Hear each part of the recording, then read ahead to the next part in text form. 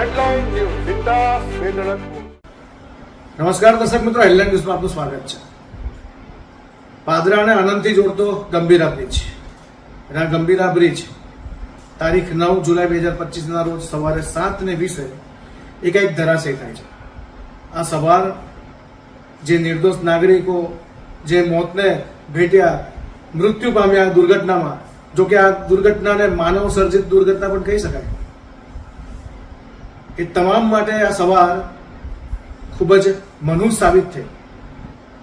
જો કે માનવ સર્જિત દુર્ઘટના એટલે કહી શકાય કારણ કે 2022માં લખન દરબાર જેવો કરણી સેનાના ગુજરાતના અધ્યક્ષ છે, તેઓએ ટકોર કરી હતી, અધિકારીઓને ફોન કર્યા હતા કે ગંભીરા બ્રિજની ગંભીરતા સમજો, ખૂબ જ જર્જરિત બ્રિજ છે, લોકો જીવના જોખમે પસાર થાય છે, આ રિપેર કરાવો, અહીંની જનતા, મારી જનતા નો જીવ જોખમમાં છે। પરંતુ તંત્રએ આંખ આડા કાન કર્યા, તંત્ર ધૃતરાષ્ટ્ર બની ગયું અને તંત્ર કહેવાય કે કુંભકર્ણની ઘોર નિંદ્રામાં સૂઈ ગયું। ત્યારબાદ 9 જુલાઈ 2025ના રોજ કંઈક આ જ ગંભીરા બ્રિજ ધરાશાયી થાય છે। દર્શક મિત્રો, આ જ મુદ્દાને લઈને આજે આપણી સાથે જોડાવા જઈ રહ્યા છે લખન દરબાર। લખનભાઈ, આપનો આભાર છે કે આપ હેડલાઇન ન્યૂઝ સાથે જોડાયા છો। Thank you. લખનભાઈ, શું કહેવા માંગશો? 2023માં આપણે ચેતવણી પણ આપી, ચેત્યા હતા લોકોને કે ભાઈ આ ગંભીરા બ્રિજ છે એ ખૂબ જ ગંભીર પરિસ્થિતિમાં છે, અત્યારે ગંભીર પરિસ્થિતિમાં છે, જર્જરિત હાલતમાં છે અને આ બ્રિજ ક્યારે પણ ધરાશાયી થઈ શકે છે। લોકો પોતાના રિસ્ક ઉપર આ બ્રિજ ઉપર અવર જવર કરી રહ્યા છે, તો આ બ્રિજનું રિપેરિંગ કરાવો કાં તો બ્રિજ નવો બનાવડાવો। આપે પહેલ કરી હતી, પરંતુ તંત્રએ આપનું સાંભળ્યું નહીં, શું કહેવા માંગશો? વિરાજભાઈ, 2022નો ઓગસ્ટ મહિનો હતો, 22મી તારીખ હતી। આ તારીખે અમે પાદરા ડિવિઝનના ડેપ્યુટી એન્જિનિયર મિસ્ત્રી સાહેબને ટેલિફોનિક જાણ કરી હતી। એના પહેલા અમે અને અમારી સમગ્ર ટીમ, જેમાં હર્ષદસિંહ પરમાર હોય, અબ્દુલભાઈ પટેલ હોય, તેમજ અન્ય સામાજિક કાર્યકર્તાઓ, અમે બધા લોકો ઇન્સ્પેક્શન કરવા માટે ત્યાં આગળ ગયા હતા। અમે એટલા બધા ટેકનિકલ એક્સપર્ટ નથી, પરંતુ સામાન્ય માણસને ખબર પડી જાય એવી પરિસ્થિતિમાં હતો અને એ જે બ્રિજ પર છે એ વધુ પડતો વાઇબ્રેશન થતો હતો અને જે વાઇબ્રેશન થવું જોઈએ એના વિરુદ્ધમાં વાઇબ્રેશન થતો હતો, તેમજ એની પિલરની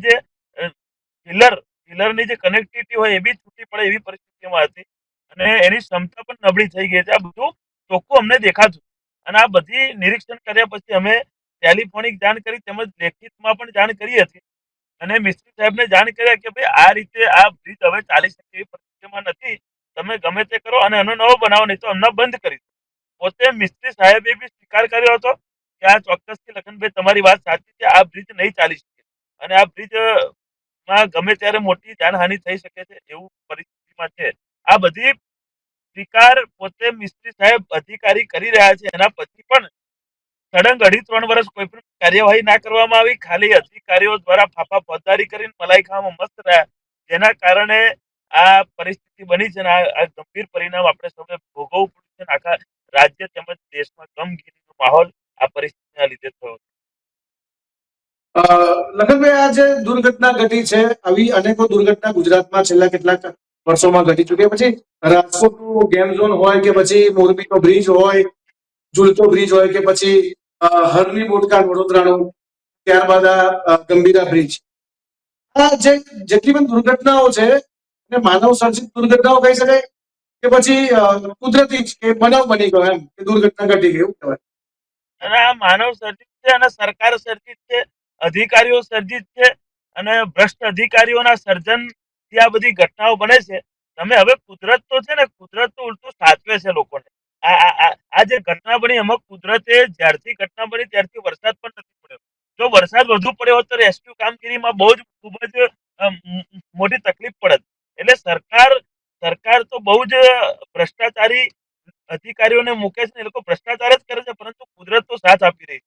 એટલે એવું કહેવાય છે ને કે જયારે અંગ્રેજોએ ભરૂચનો બ્રિજ બનાવ્યો તો એમને લખ્યું કે ભાઈ આની કઈ ચાલશે અને એ હજુ સુધી ઉભો ને ઉભો જ છે। એટલે અંગ્રેજો કરતા પણ ખરાબ અત્યારના અધિકારીઓ, ભ્રષ્ટ અધિકારીઓ છે એવું કહેવાય। આપણે સુરતની તક્ષશિલા કાંડ જોઈ લઈએ કે પછી વડોદરા હરની બોટ કાંડ જોઈ લઈએ, એની પછી રાજકોટ ગેમ ઝોન જોઈએ, મોરબી ઝૂલતા પુલની ઘટના જોઈએ. આ બધી પરિસ્થિતિમાં તમામ અધિકારીઓ અને સરકારના મુખ્ય અધિકારીઓ જ આમાં મળેલા હતા. એના કારણે જ આ બધી પરિસ્થિતિ થઈ છે. આ જે બ્રિજ છે એ તૂટ્યો નથી, એ તોડી દેવામાં આવ્યો છે અને આ હત્યા કરવામાં આવી છે. અધિકારીઓએ હત્યા કરી છે લોકોની. અત્યાર સુધી આટલા બધા લોકોનું મૃત્યુ થયું, તમે વિચાર કરો. હજુ સુધી તો મુખ્યમંત્રી સાહેબને સમય નથી મળ્યો. ત્યાં વિજયભાઈ રૂપાણી, હું કોઈનું ખોટું નથી બોલતો, પરંતુ નેતા એમના નેતા હતા, ગુજરાતના મુખ્યમંત્રી હતા, મોટા માણસ હતા. એટલા માટે તાત્કાલિક બધા જ અધિકારીઓ, મોટા નેતાઓ ત્યાં પહોંચી ગયા હતા. પરંતુ અહીંયા આગળ મારા ગામડાના લોકોનું મૃત્યુ થયું છે એટલે કોઈ આવવા તૈયાર નથી. ખાલી ને ખાલી ઋષિકેશ પટેલ ત્યાં ફાફા ફોજદારી કરવા માટે આવ્યા હતા અને એટલી બધી ઋષિકેશ પટેલ પણ આવ્યા. ઋષિકેશ પટેલ પણ આવ્યા, પણ 2 દિવસ પછી આવ્યા. ગાંધીનગરથી પાદરા આવતા એટલે કે વડોદરા જિલ્લામાં પહોંચતા 2 દિવસ થોડા લાગે. પરંતુ એવું કહી શકાય કે એ દિવસે જો કદાચ આવ્યા હોત તો ગામ વાળાએ એમનો ઘેરાવો કર્યો હોત, એટલે ડરીને નથી આવ્યા. નેતાઓ ડરે છે એવું કહી શકાય ખરું? ના ના, 100% વાત છે. નેતાઓ ડરે છે, પરંતુ એમને ડરવાની જરૂર એટલા માટે નથી. કારણ કે એમના ઈશારે કામ કરતું પોલીસ તંત્ર એમની જોડે છે. અને ગઈકાલે આપણે જોયું એવી રીતે કે બહુ જ મોટો નેતા આવ્યો હોય આખા વિશ્વનો, એવી રીતે જે કોર્ડન કરીને બે બાજુ દોરીથી કેટલા બધા પોલીસના તંત્રો ત્યાં આગળ ઉભા હતા કે જેમ કે એ લોકો આતંકવાદીઓના પ્રદેશમાં આવી ગયા હોય. જેમ કે આસપાસના લોકો બધા આતંકવાદીઓ છે ને એમની પર ગમે ત્યારે ગોળીબાર કરી દે. એવી રીતે એવી રીતે એક માહોલ ઉભો કરવામાં આવ્યો હતો. અને આજુબાજુ એટલા બધા પોલીસના માણસો હતા કે સામાન્ય માણસને રજૂઆત કરવી હોય, કોઈને દીકરો ના મળતો હોય તો એને રજૂઆત કરવા માટે કોની જોડે જાય? આજે સરકારે માય બાપ છે અને સરકારના જે મુખ્ય પ્રવક્તા આવે તો એની જોડે રજૂઆત તો કરે કે નહીં? સામાન્ય માણસને રજૂઆત કરવા કોની જોડે જવું એ મને કહો. એ શું પાકિસ્તાનમાં રજૂઆત કરશે? પાકિસ્તાનના નેતાને રજૂઆત કરશે? એના ગુજરાત સરકારના પોતાના નેતાને કરશે. ગઈકાલે ઋષિકેશભાઈ પટેલ આયા, અમે ગુજરાત સરકારના અમારા નેતા હતા અને અમારા લોકો એને રજૂઆત કરે, પરંતુ એની પહેલા દુનિયાભરની પોલીસ કે એમને મળવાની વાત સુદ્ધા ખાલી એને દેખવું બી અશક્ય હતું. આટલી બધી તાનાશાહી થઈ ગઈ છે. હવે કોને મળવું ને કેવી રીતે મળવું એ બહુ મોટો પ્રશ્ન છે. પરંતુ એટલું ચોક્કસ છે કે સામાન્ય માણસો મર્યા છે, એટલા માટે કોઈ તંત્ર કોઈ તસ્દી લેવા માટે તૈયાર નથી. અને આપણે ગુજરાતની વિકાસની ગાથા આખા વિશ્વમાં ફેલાઈ દીધી, પરંતુ એક એવો વિકાસ કે 3 દિવસ થઈ ગયા હજુ સુધી તમામ બોડીઓ નથી મળી. વિચાર આટલી આ વિકાસની ગાથા આવી હોય, લોકો મરી જાય અને બોડી ના મળે 3 દિવસ સુધી, અને બધા ઝઘડા. આજની બપોરની તમે લાઈવ વિડીયો જો, એમાં બધા બૂમાબૂમ કરે છે કે અમારા દીકરાની બોડી કેમ નથી મળતી, તમે ખાલી શું કરી રહ્યા છો? આ બધી પરિસ્થિતિ જુઓ, પછી વિકાસની વાતો આપણે કરી, એનું કામ નકામું નથી. પરંતુ નેતાઓને ખરેખર શરમ આવી જોઈએ. અને હું તો એવું કહું છું કે અધિકારીઓ જ ખાલી કેમ ગુનેગાર કહેવાય? હું તો સ્થાનિક ધારાસભ્યને પણ ગુનેગાર ગણું. કારણ કે સ્થાનિક ધારાસભ્યને લોકો શું કરવા માટે ચૂંટે?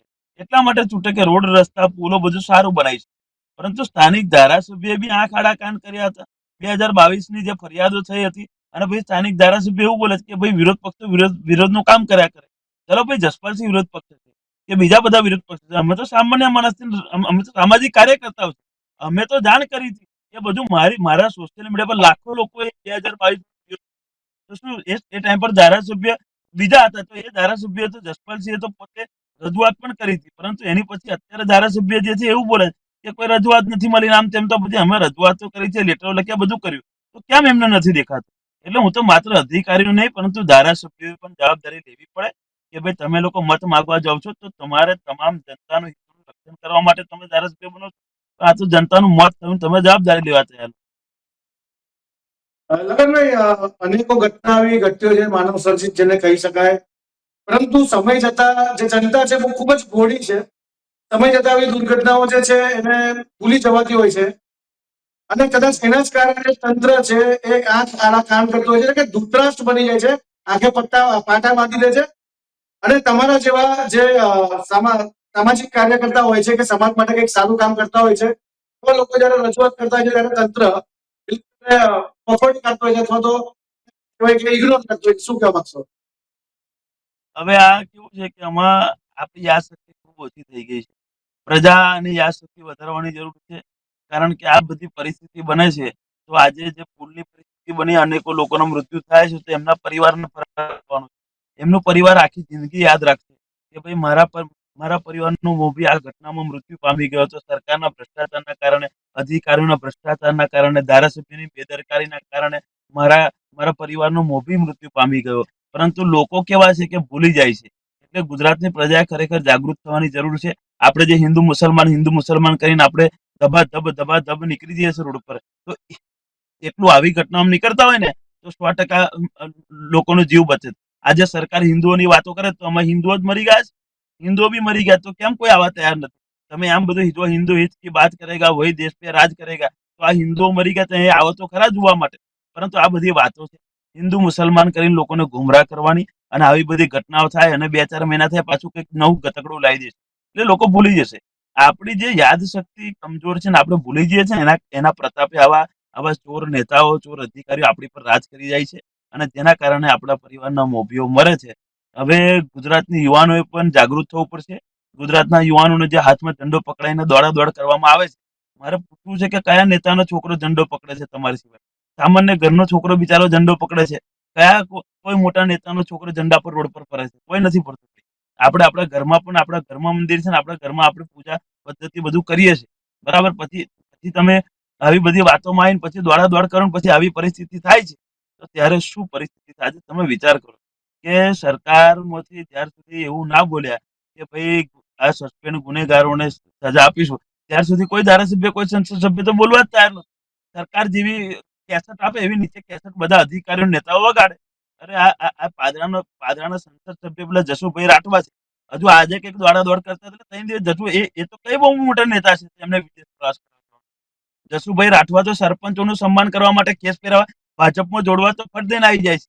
અહીંયા આગળ લોકો મરી ગયા તો એમને તો કશું ભાન નથી પડતું. આવા તો બેશરમ નેતા, આવા તો બેશરમ સંસદ સભ્યો છે. તો પછી શું થાય પ્રજા? આના પરથી એક જ કહેવત યાદ આવે છે કે ગામમાંથી આખલો અને મામલતદારમાંથી દાખલો કાઢવો જેવી મુશ્કેલ પડે, એવી રીતે આજે જાડી ચાવડીના કેટલાક નેતાઓ છે જેઓ ફક્ત ને ફક્ત કટકી ખાવામાં માનતા હોય છે, અને કેટલાક નેતાઓ સામે આવી પણ ગયા છે, પણ સામે આવી ગયા છે. કયા પ્રકારના પગલા લેવા જોઈએ આવા નેતાઓ પાછળ કે જે જનતાને કંઈક સમજતા જ નથી, જેને જનતાએ જ લાગે છે ચૂંટીને, પરંતુ એ જ જનતાને લૂંટે છે અને ત્યારબાદ નિર્દોષ લોકોની જાન જતી હોય છે? શું કહેવા માંગશો? દાદા, મારે એક દુઃખની બાબત એ કરવી છે કે હું તો જો હું જાતિવાદી માણસ નથી, હું તો ક્ષત્રિય છું, અને એ સમાજમાંથી આવું છું. જે સમાજે તો આ તમામ સમાજ માટે બલિદાનો આપે છે, પોતાના માથા આપી દે છે, રાજા રજવાડા આપી દે. પણ દુઃખ એ બાબત કે જ્યારે આટલી મોટી ઘટના બની ને એમાં બહુ મુખ્યત્વે ક્ષત્રિય સમાજના લોકોનું મૃત્યુ થયું છે. તો તો તમે વિચાર કરો કે વડોદરા જિલ્લામાં 2 ક્ષત્રિય સમાજના ધારાસભ્ય છે. એક તો પાદરામાં ચૈતન્યસિંહ ઝાલા છે, એક તો વાઘોડિયામાં ધર્મેન્દ્રસિંહ વાઘેલા છે. બેમાંથી એકેય માણસ એવું ના બોલ્યું કે ભાઈ આ લોકો જે મરી ગયા છે એમની અધિકારીઓ પર તાત્કાલિક કાર્યવાહી છે ને અધિકારીઓને જેલ ભેગા કરો. કે બેમાંથી એક એવું ના બોલ્યું કે ભાઈ 4 લાખ રૂપિયા કે 6 લાખ રૂપિયા બહુ નાનકડી રકમ છે, એમને વધુમાં વધુ રકમ આપવામાં આવે. કોઈ કશું બોલ્યું નહીં. એમને એવું બીક છે કે મારી ટિકિટ કપાઈ જશે. ટિકિટ તમારી શું કપાશે? હવે તો 2027માં પબ્લિક આ સમાજ જ તમારી ટિકિટ કાપવાનો છે. કારણ કે હવે બધાને ખબર પડી ગઈ કે તમે ચૂંટણી આવે ત્યારે સમાજની વાત કરો છો. આ સમાજના લોકો મરી ગયા, તમારા મોઢામાંથી કશું બોલાતું નથી. એટલે પ્રજા હવે સમજી ગઈ છે. નહીં સમજુ તો અમે લોકો સમજાવનારા છે. લખનભાઈ, આવી જયારે દુર્ઘટના ઘટતી હોય છે ત્યારે સરકાર તરફથી બધી જાહેરાત કરવામાં આવે છે કે આટલા રૂપિયા આપીશું, આટલી રકમ ચૂકવવામાં આવશે પીડિતોને. ત્યારબાદ પછી તપાસની કમિટી બેસાડવામાં આવે, પછી 1 મહિના પછી રિપોર્ટ આવે. પણ આગળ શું પછી આગળ પછી શું થાય છે? ના, પણ 1 મહિનો શેનો જોવે છે? આ ચોખ્ખું દેખાય છે તમને કે ભાઈ આ આવી રીતે આ જે પેલા ઋષિકેશ પટેલ બોલ્યા કે ભાઈ અધિકારીઓની ચૂક હતી. એટલે તમે અધિકારીઓની ચૂક થઈ ગઈ એવું તમે પોતે સ્વીકારો છો, તો પછી અધિકારીઓને છૂટા કેમ મેલ્યા છે? આ બધા હત્યારાઓને બજારમાં કેમ પડા દીધા છે? એમને જેલમાં ઘાલો ને. તો પછી 1 મહિનાની શેની તમને 1 મહિનો એવું તો તમે એટલે તમે તમારું કઈ હોય તો ફટ દઈને 1 કલાકમાં તપાસ કરો. 1 મહિના તો લાગતો હોય કોઈ દિવસ? આ ચોખ્ખે ચોખ્ખું દેખાય છે કે આ બ્રિજ પડી ગયો છે, અધિકારીઓને પાપે પડ્યો છે. તમે પોતે સ્વીકાર લીધું ગઈકાલ, તો અત્યાર લગી નતા સ્વીકારતા. ગઈકાલ પોતે ઋષિકેશ પટેલ બોલ્યા કે હા ભાઈ આ અધિકારીઓની ચૂક છે, તો હવે શેની તપાસ? હવે તો એ લોકોને જેલમાં ઘાલો. હવે શેની તપાસ કરવાની? એટલે ખાલી ખાલી વાતો છે, ખાલી ઉલ્લુ બનાવવાના ધંધા છે. અધિકારીઓને સસ્પેન્ડ કરીને એમને બચાવવાનો પ્રયત્ન છે. એ લોકોનો હજુ પગાર બી ચાલુ છે. હવે એનાથી શું થાય? બિલકુલ, આજે સત્તાધીશો છે, એમના વિરુદ્ધમાં આગળ કયા પ્રકારના પગલા અને કરણી સેનાની આપણે વાત કરીએ તો પીડિતોના પરિવારને પણ આપ તો મળ્યા હશો, પોતે જઈને મળ્યા હશો, આપણે પોતે ફરિયાદ પણ નોંધાવી છે. 2023માં આપણે આ બ્રિજને લઈને રજૂઆત પણ કરી હતી, લેખિતમાં રજૂઆત કરી હતી કે ભાઈ આ બ્રિજ તો પડવા જેવો છે, જર્જરિત છે, લોકો જીવના જોખમે જાય છે.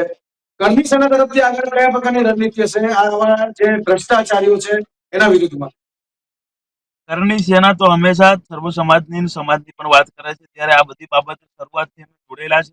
શરૂઆતથી અમારા કરણી સેનાના જિલ્લાના યુવા અધ્યક્ષ હોય એ પોતે હર્ષદથી પણ રાત દિવસ ત્યાં ખડે પગે છે. હર્ષદથી પરમાર દ્વારા પણ ત્યાં આગળ લેખિત રજૂઆત 2022માં પણ કરવામાં આવી હતી. અત્યારે પણ એ લોકો જોડે છે, અત્યારે પણ ત્યાં મૃતકના પરિવાર જોડે સાથે ને સાથે ખભેથી ખભો મિલાઈને એમની સાથે ઉભા છે.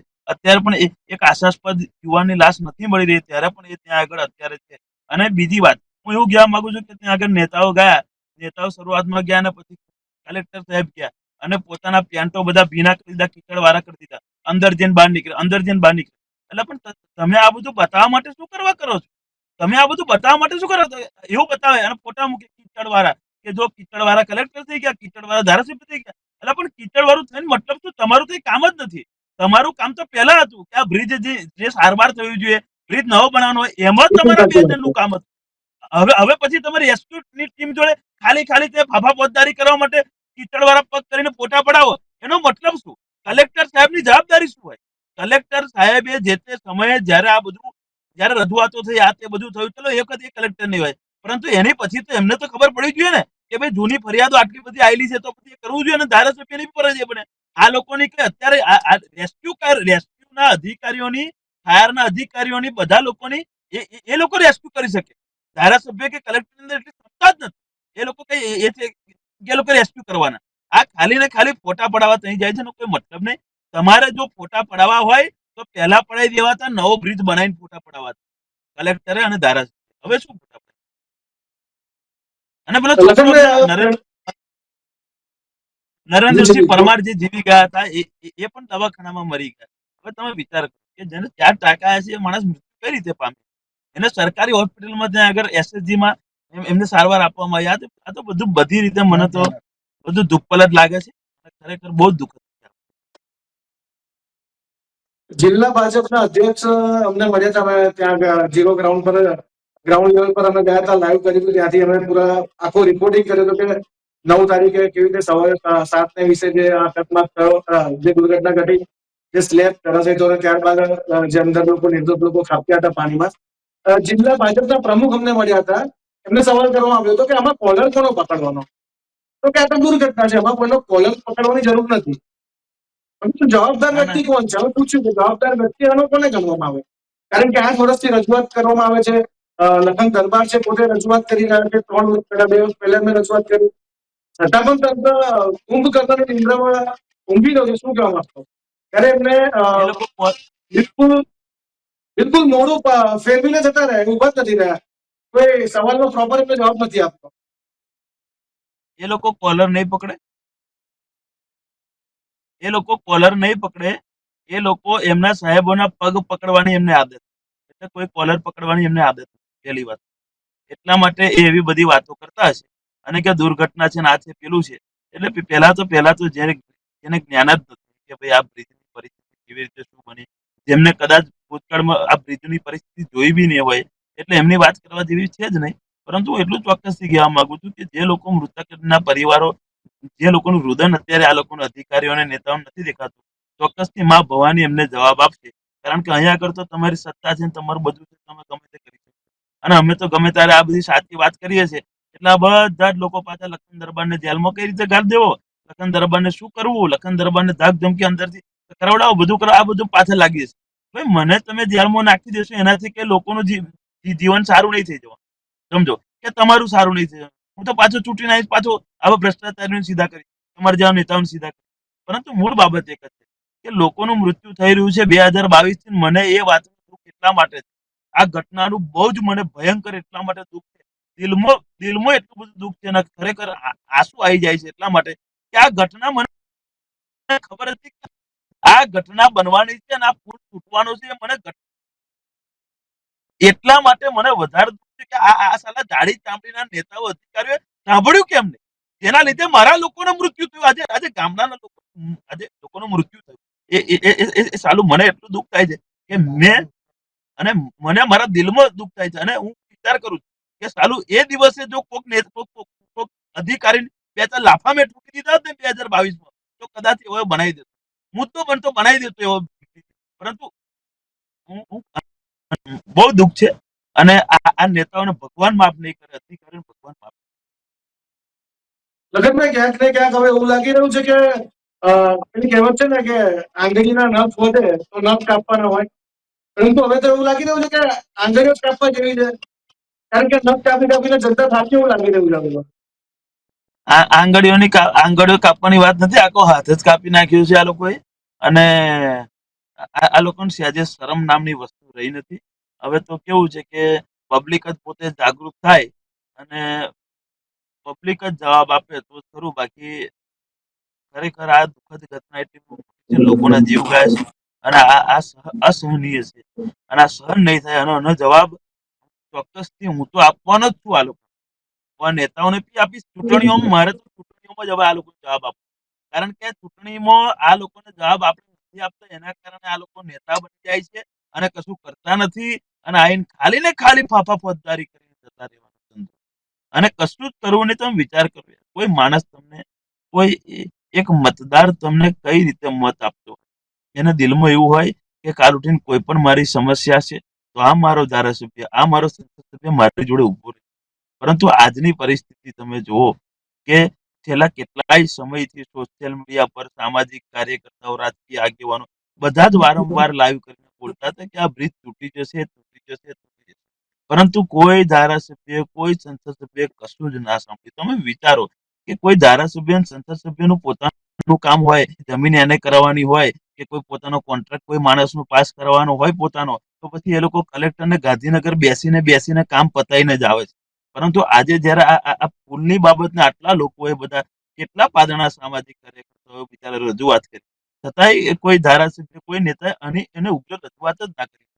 અને પછી એવી વાતો કરે કે ભાઈ અમારી સરકારે બધું પાસ કરી દીધું, ના કર્યું. બધો હવે લોકો મરી ગયા છે. થોડીક શરમ કરો, થોડીક શરમ કરો. હવે તો જુઠ્ઠું ના બોલશો લા.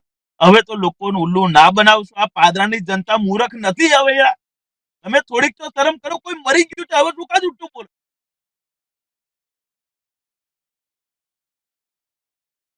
લખનભાઈ, જે જે દુર્ઘટના ઘટી ખૂબ જ દુઃખદ હતી.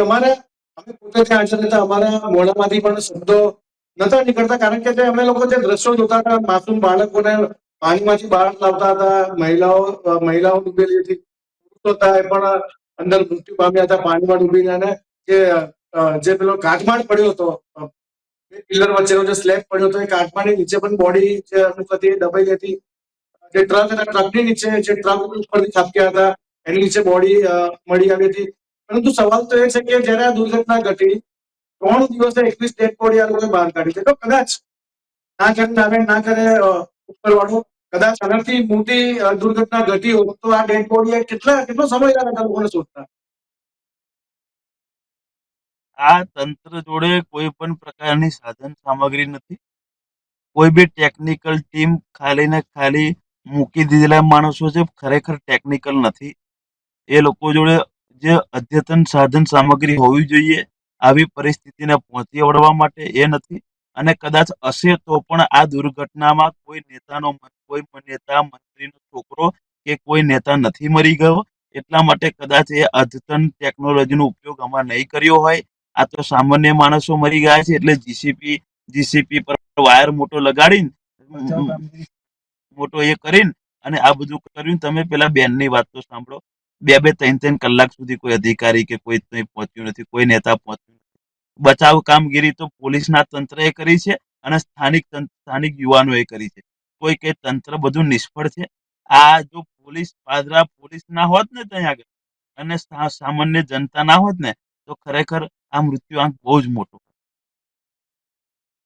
આવનારા સમયમાં, ઇલેક્શનના સમયમાં આજે ભ્રષ્ટાચારીઓ છે એમના મોઢા પર કયા પ્રકારનો તમાચો મારવામાં આવશે, કયા પ્રકારની રણનીતિ રહેશે? ના, તમાચો તો મારવો જ પડશે, કારણ કે સજા તો આપવી પડશે. ઉપરવાળો તો સજા આપશે જ, પરંતુ નીચે અમે બધા છે તો અમારે બી સજા આ લોકોને આપવી પડશે. એટલા માટે આપવી પડશે કે ફરી કોઈ આવો ફરી લોકો કોઈ બી રજૂઆત કરે ને તો તાત્કાલિક એનું નિરાકરણ લાવે એટલા માટે સજા આપવી પડશે. હું સજા આપનારો કોણ છું? હું તો બહુ નાનો માણસ છું. પરંતુ લોકો છે, લોકોએ આ વખત જે જોયું છે અને લોકોની જે પરિસ્થિતિ થઈ છે, હવે લોકો જાગૃત થયા છે અને લોકો સજા આપશે આવાને તો. લખનભાઈ, આપનો ખૂબ ખૂબ આભાર હેડલાઇન ન્યૂઝ સાથે જોડવા માટે. જે ગંભીરા બ્રિજ દુર્ઘટનામાં જે લોકો મૃત્યુ પામ્યા છે, જે નિર્દોષ મહિલાઓ છે, પુરુષો છે, જે પણ લોકો નિર્દોષ મૃત્યુ પામ્યા છે, હેડલાઇન ન્યૂઝ તરફથી પણ અમને ભાવભીની શ્રદ્ધાંજલિ પાઠવીએ છે. ખૂબ ખૂબ આભાર આપનો હેડલાઇન ન્યૂઝ સાથે જોડાવા.